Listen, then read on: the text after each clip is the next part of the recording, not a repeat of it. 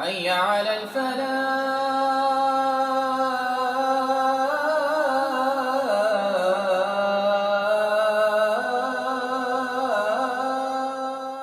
میں ایک ریاضی کا قاعدہ بیان کیا کرتا ہوں، بیانوں میں بہت زیادہ اس سے ایک مثال لایا کرتا ہوں کہ بڑے سے بڑے عدد کو صفر سے ضرب دو تو صفر ہو جاتا ہے۔ 100 ضرب صفر بھی صفر ہے، اور ارب خرب ضرب صفر بھی صفر ہے، کروڑ ضرب صفر بھی صفر ہے۔ ایسے ہی ساری زندگی کی عزت اور شہرت اور دولت اور مال اور متاع اور عروج اور بلندیاں اور رزق اور دھن اور جمال اور جلال اور ہیبت اور جبروت ضرب موت صفر، ضرب موت صفر، سکندری ضرب موت صفر، چنگیزی ضرب موت صفر، فرعونیت ضرب موت صفر، قارونیت ضرب موت صفر، بنو امیہ کا جلال ضرب موت صفر، بنو عباس کا جمال ضرب موت صفر، شاہان مغلیہ کا ٹھاٹھ باٹھ ضرب موت صفر۔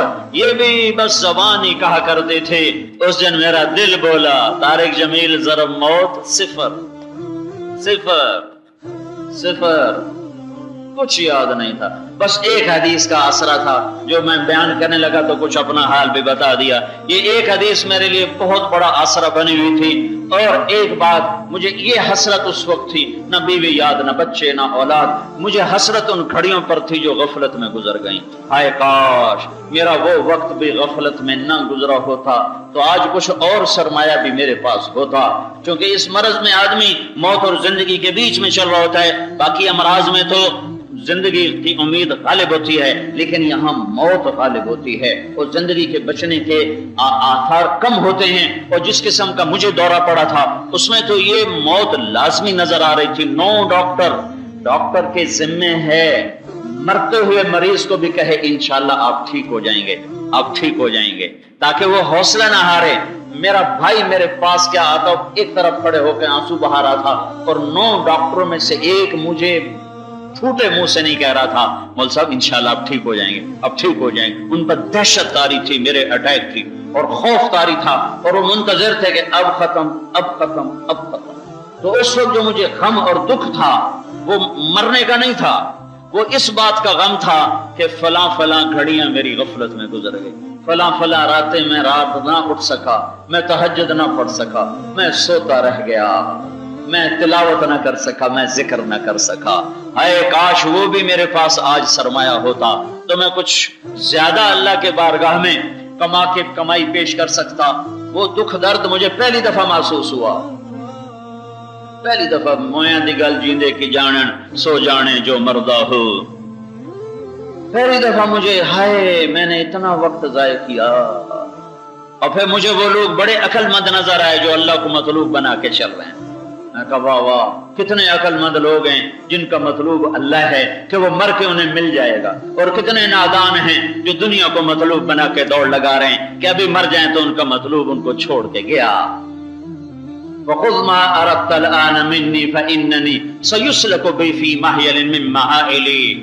لے مجھ سے جو لینا ہے مرنے سے پہلے، تم مر گیا تو میں پرایا ہو جاؤں گا۔ ہائے تو ایک میں اللہ سے بات کر رہا تھا، اللہ سے بات کر رہا تھا، میں نے کہا یا اللہ تیرا ایک فرمان پہنچا ہے۔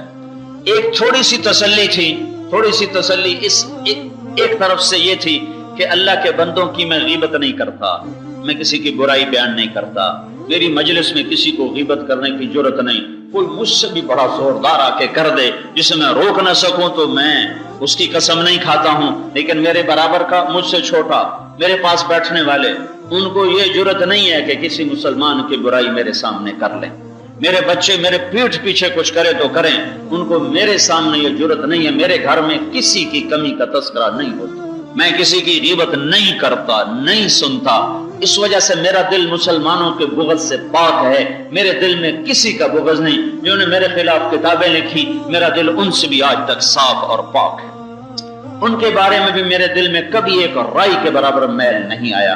یہ مولانا سعید خان صاحب رحمۃ اللہ علیہ سے مجھے یہ دولت ملی، مجھے اور کسی سے یہ دولت، میں ان کی صحبت میں 12 برس رہا، تو یہ تحفہ مجھے اس بندے کی طفیل ملا ہے کہ ان کی محفل میں کسی کی غیبت نہیں ہوتی تھی، نہ وہ اپنی تعریف سنتے تھے نہ کسی کی کمی سنتے تھے۔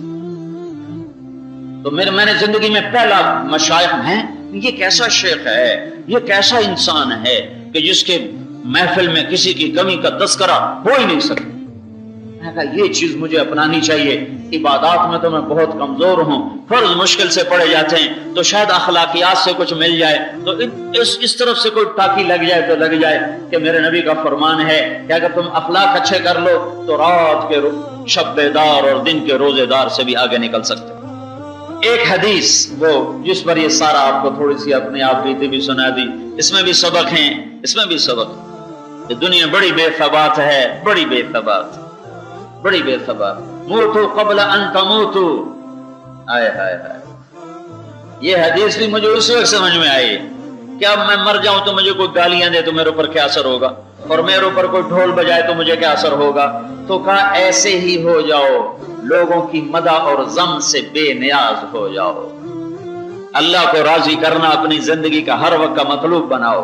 تو میں نے ایک حدیث پڑھی تھی، اذا مات العبد واللہ یعلم منہ شرا ویقول الناس فیہ خیرا فیقول اللہ تعالی قد قبلت شہادت عبادی لعبدی وعفوت عن علمی۔ یہ حدیث قدسی ہے کہ میرا اللہ کہتا ہے جب کوئی شخص مرتا ہے، کوئی عورت مرتی ہے، کوئی مرد مرتا ہے، اور اللہ جانتا ہے کہ یہ عورت بہت غلط ہے، یہ مرد بہت غلط ہے، لیکن محلے کے لوگ کہنا شروع کرتے ہیں بہت نیک خاتون تھی، بہت نیک خاتون تھی، اور محلے کے لوگ کہتے ہیں بڑے نیک آدمی تھے، یہ تو بڑے عالم تھے، یہ تو بڑے واعظ تھے، یہ تو ساری زندگی حدیث پڑھاتے رہے، یہ تو ساری زندگی دارالافتاء میں بیٹھے رہے، یہ تو ساری زندگی اللہ کا کام کرتے رہے، یہ تو ساری زندگی مسجد کو آباد کرتے رہے، یہ تو ہر سال حج کرتے تھے، عمرہ کرتے تھے۔ یہ خیر کے کلمات لوگوں کی زبان پر چالو ہو جاتے ہیں، چونکہ اندر کو تو اللہ کے سوا جانتا کوئی نہیں۔ تو جب اس بندے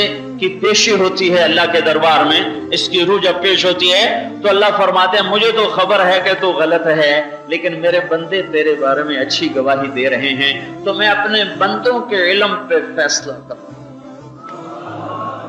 اپنے علم پہ نہیں کرتا، اپنے بندوں کے علم پہ فیصلہ کرتا ہوں۔ تو یہ میں نے اللہ سے بڑی بات کی، میں نے کہا یا اللہ، یاد تو بھولے کو کروایا جاتا ہے نا، مجھے یاد کراؤ کہ میں کچھ بھول جاتا ہوں، کچھ یاد رکھتا ہوں۔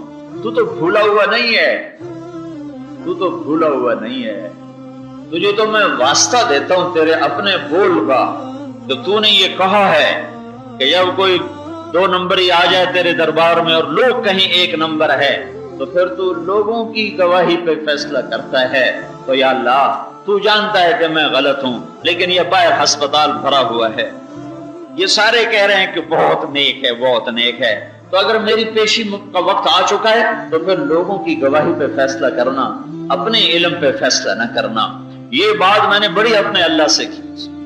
میرے عزیزو، مرنے والے کی نظر سے دنیا کو دیکھو تو تمہاری ترجیحات اپنے آپ تبدیل ہو جائیں۔